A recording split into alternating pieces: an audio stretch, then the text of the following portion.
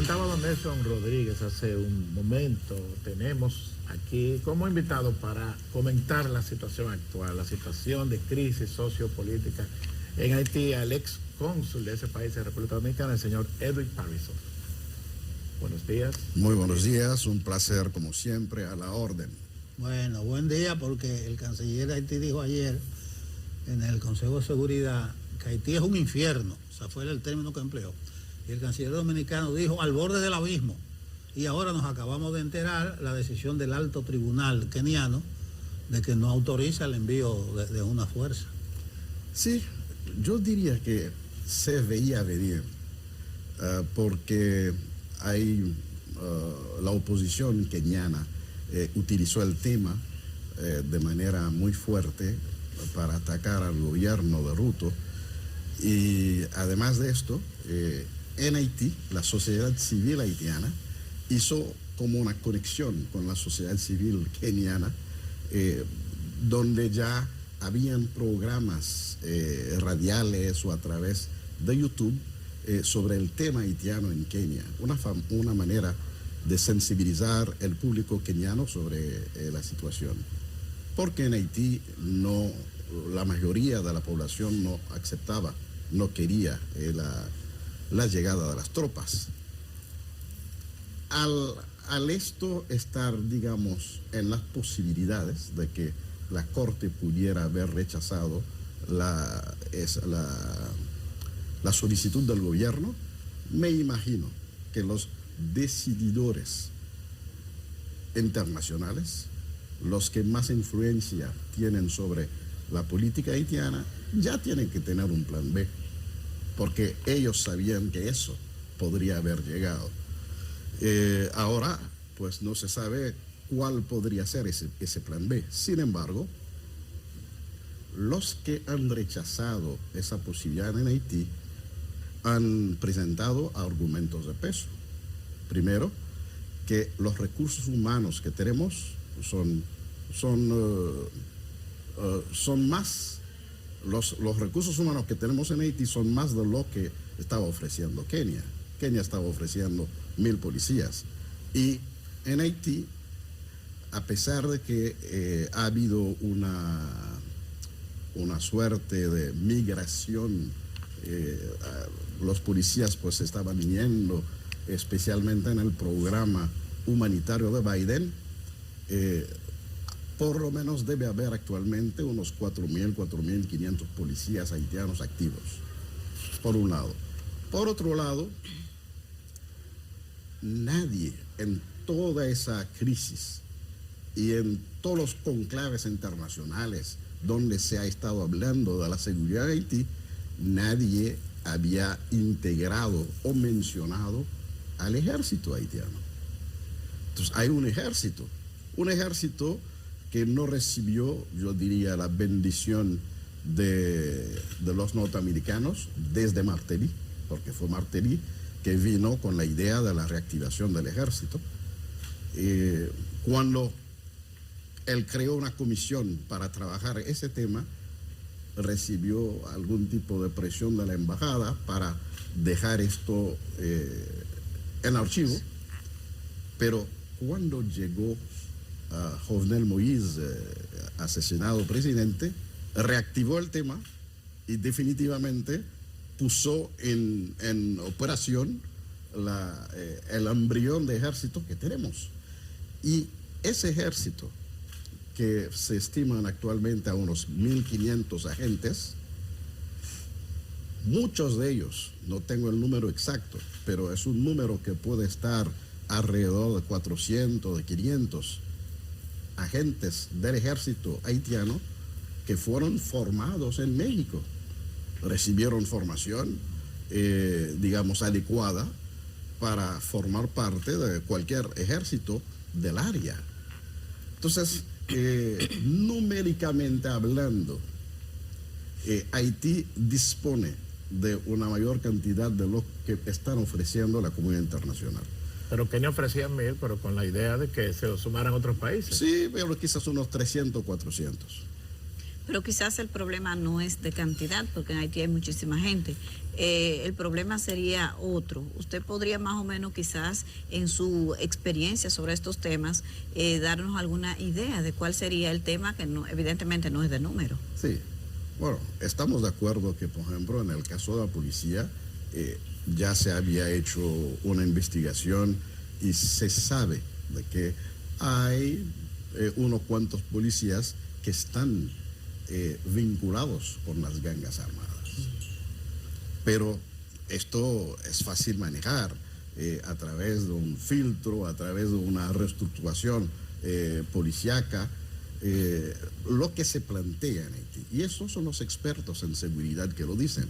Y yo me sumo a esos expertos, que son personalidades conocidas, tanto por sus conocimientos teóricos, sus conocimientos técnicos, pero son antiguos militares que participan en el debate público y que dicen claramente que Haití no necesita unas tropas internacionales para resolver esa situación, sino necesita del apoyo logístico, el apoyo tecnológico de la comunidad internacional para poder emprender este combate en contra de las gangas, sobre todo que lo que podríamos llamar datos e informaciones de inteligencia, ya la policía haitiana lo tiene, o las autoridades haitianas lo tienen. Tiene lógica eso, porque en determinado momento los cascos azules de la ONU llegaron a ser unos 20.000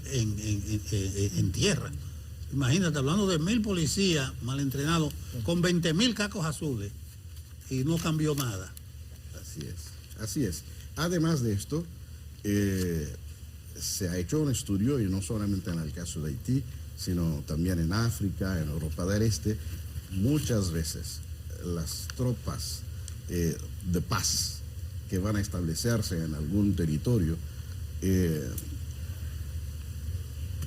se han dado cuenta de que en vez de resolver el problema de manera rápida, hay como un interés de permanecer lo más que se pueda en ese territorio por asuntos de financiamientos, por intereses económicos, por un lado.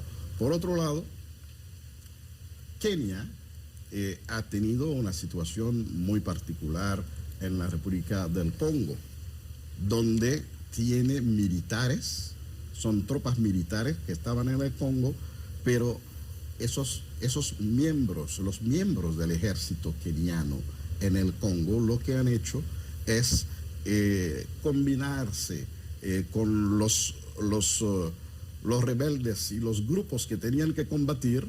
Me parece que es un grupo que se llama el M23 o M24. Se establecieron conexiones con esos grupos, una manera de permanecer un poco más. El mismo gobierno del Congo, que se dio cuenta de esto, pues dijo, no. Muchas gracias por su presencia, pero ya es tiempo de que regresen a su país. Entonces, me parece que es una oportunidad en que en Haití, tanto las autoridades haitianas como también autoridades que son muy cuestionadas en esos momentos, tal como sabemos, Ariel Henry se encuentra en su nivel más bajo de popularidad. Cada día son más las voces que se sumen para pedir su salida del poder, tanto voces locales como voces internacionales.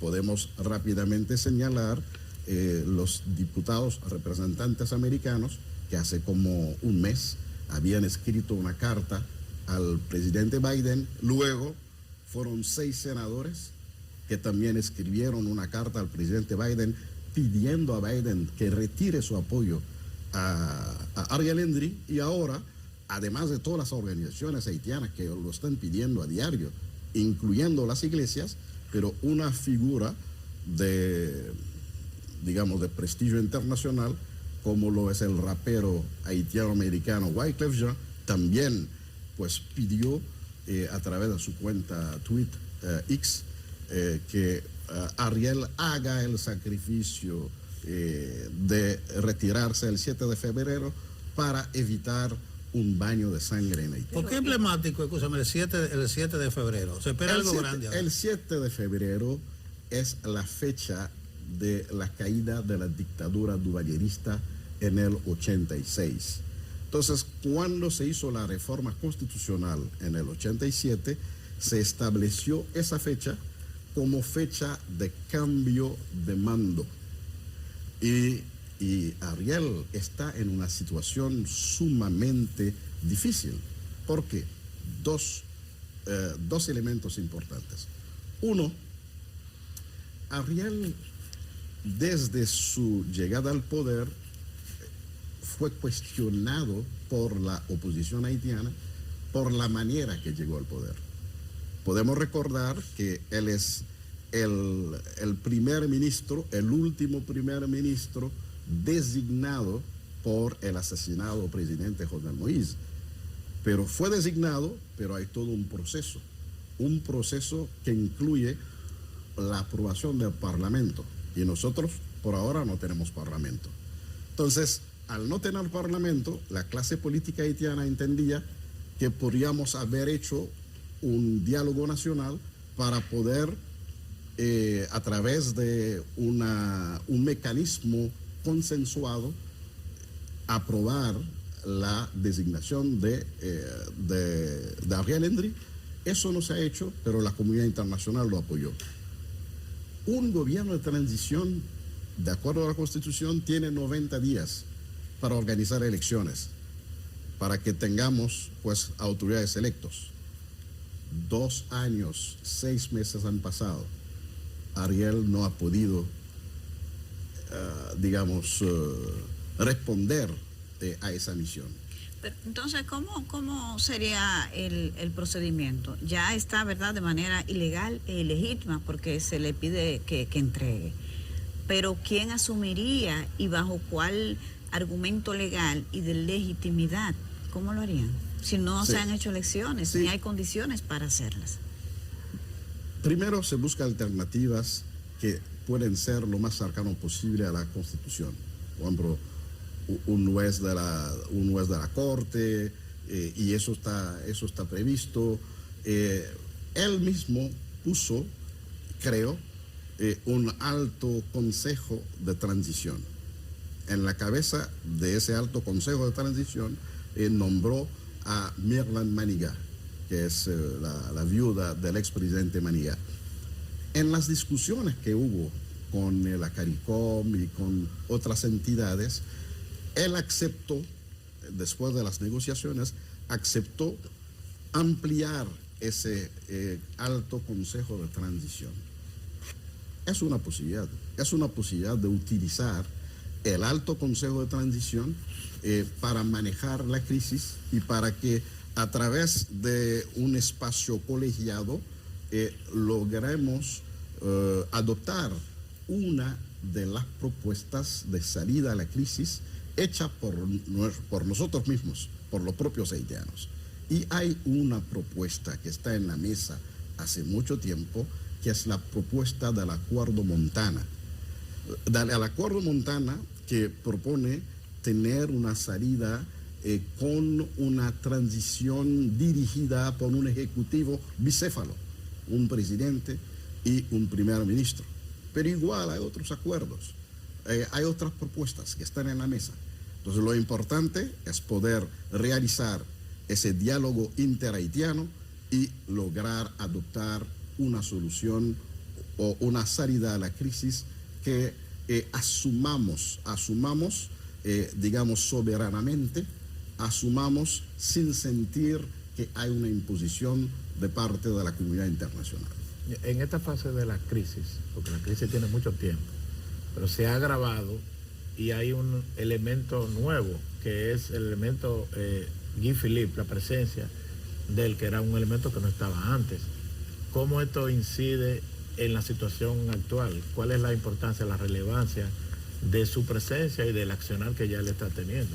Bueno, es interesante ver la trayectoria del personaje.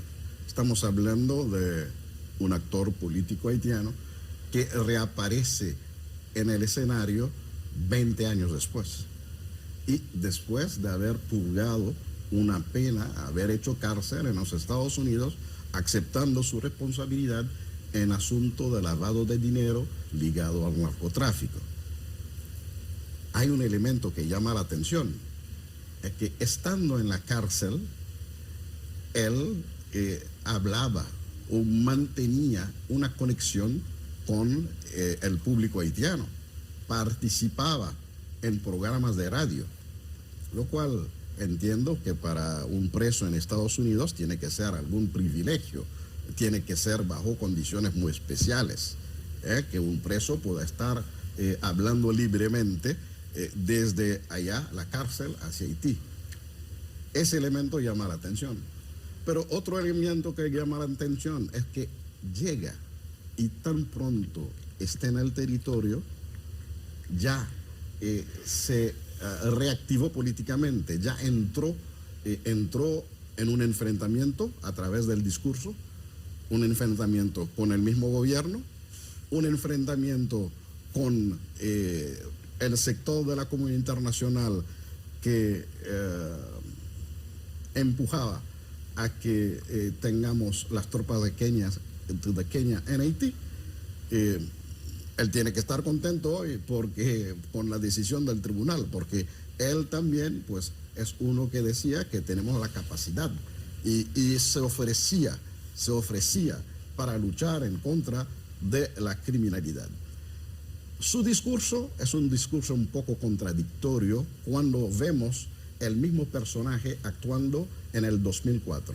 En el 2004 pues teníamos un Guy Philippe aguerrido, un Guy Philippe que se armaba, organizaba sus tropas, unos llamados rebeldes. Entonces estaba a la cabeza de ese movimiento anti-Aristide, aunque su aparición en esa lucha contra Aristide, pues a lo mejor debe de ser visto en la última etapa de la presidencia de Aristide, porque quien antes ya se había iniciado ese movimiento, pues es un grupo llamado el G184, el grupo 184, que incluía a empresarios, a políticos, y algunos de los políticos pues hicieron la conexión con Guy en un marco donde había una alianza tripartita internacional para apoyar a ese movimiento anti-Aristide. Y esto no lo estoy diciendo yo, eso lo ha dicho el New York Times. Ustedes se acuerdan de esos reportajes especiales que hizo el New York Times hace 1 año y medio y que fueron publicados en varios idiomas en el mundo, donde el embajador francés de esa época, del 2004, pues explicaba claramente que Francia participó, Francia se activó en contra de Aristide sencillamente por el hecho de que había tenido la osadía de reclamar la restitución o la devolución de la deuda, la llamada deuda de la independencia. Y solamente por esto pues se decidió tumbar a Aristide, y también se hizo la conexión con Canadá y con los Estados Unidos. Entonces Guy hoy dice que no viene a tumbar un gobierno, es lo que dice. Al mismo tiempo dice que está empujando una revolución, pero que sea el pueblo que vaya adelante, y yo estaría dando todo el apoyo a ese movimiento popular.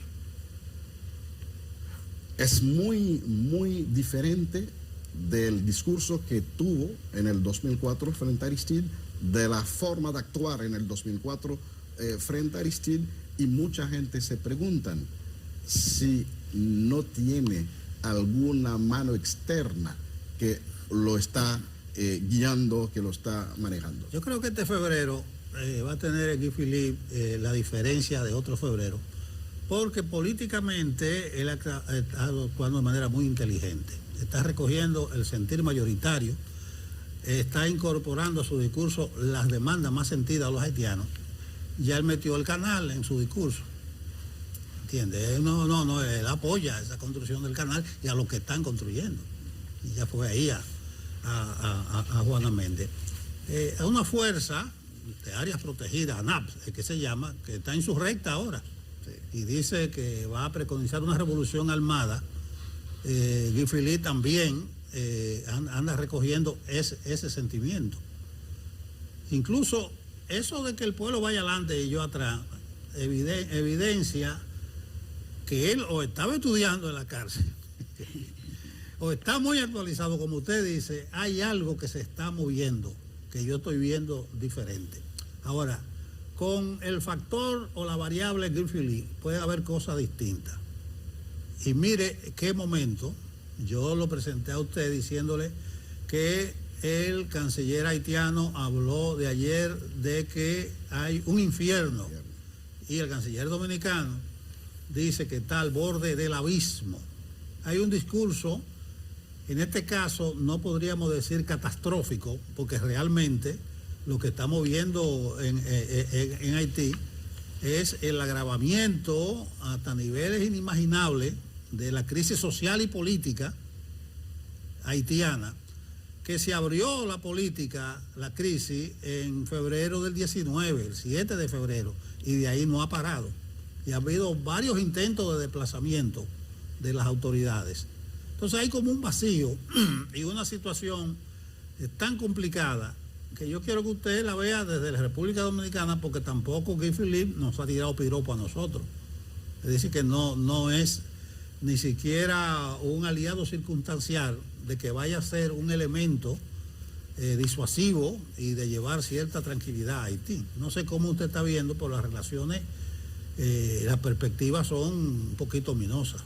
Sí, bueno, mucha gente siempre hablan de la situación de seguridad, de lo catastrófico que puede ser nuestra realidad hoy día, pero no quieren tocar el problema de la falta de liderazgo. Entonces, estoy seguro que si tuviéramos al mando otro equipo gubernamental, otra figura que pudiera ayudar de manera más efectiva, tener una mejor gestión de esa situación de crisis que estamos viviendo, otra cosa fuera. Entonces, me parece que es el mejor momento en que nuestros amigos de la comunidad internacional tomen conciencia de que, lamentablemente, el jugador con quien contaba, pues frente a la población hoy día hay un divorcio total entre la población haitiana, y eso no estoy hablando de la clase política, sino usted hace un sondeo hoy día en Haití preguntando sobre la capacidad de Ariel Henry en seguir manejando la crisis haitiana, los resultados ya son evidentes. Entonces, se necesita en Haití una revisión profunda de lo que del liderazgo que tenemos actualmente a nivel gubernamental. No sabemos lo que puede pasar el 7 de febrero, visto, tal como había señalado Nelson, que hay una huelga que se ha convocado, una huelga general de un grupo anticorrupción y a la cual se han sumado otras entidades. 2, la situación ahora muy especial y altamente peligrosa en términos de potenciales enfrentamientos con las fuerzas del orden, la situación que se ha dado con la ANAP-BESAP. La ANAP es la Agencia de las Áreas Protegidas, la Agencia Nacional de Áreas Protegidas, que tiene una estructura que se llama BESAP, que es la estructura, digamos, de seguridad de esas áreas protegidas. Pero el origen del BESAP siempre ha sido cuestionado y nos encontramos hoy día con un grupo armado que forma parte de una entidad estatal porque depende del Ministerio del Medio Ambiente, pero que se ha declarado en rebelión en contra del gobierno.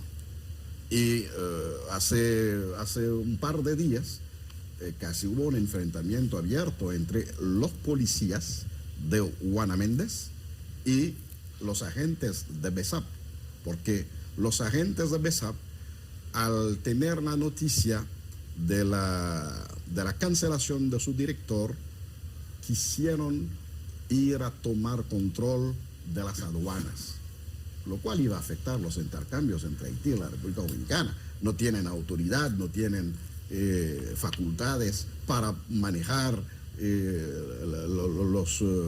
las aduanas, una entidad tan vital en términos de los intercambios comerciales entre Haití y la República Dominicana. Lo delicado es que tanto Felipe como la BESAP están hablando de revolución. Sí. Y la BESAP dice una revolución armada. Bueno, sí. Yo creo que vamos a tener que estar bastante cerca. Usted nos ha arrojado mucha claridad, mucha luz. Y de seguro va a ser un tema candente, prioritario en la agenda. Hasta el 7 de febrero. Bueno, yo le recomendaba un editorial del Caribe de estos días que se llama Haití en febrero. Todo pinta a que este va a ser un febrero especial y no por el carnaval. Muy bien. Bueno, gracias. Con gusto. A Edwin Paraison, ex cónsul de Haití en República Dominicana, que nos ha hablado del actual momento y bastante puntual porque se dio a la par con la decisión del alto tribunal keniano que dijo que no está autorizado para un despliegue ofensivo de tropas en otro país.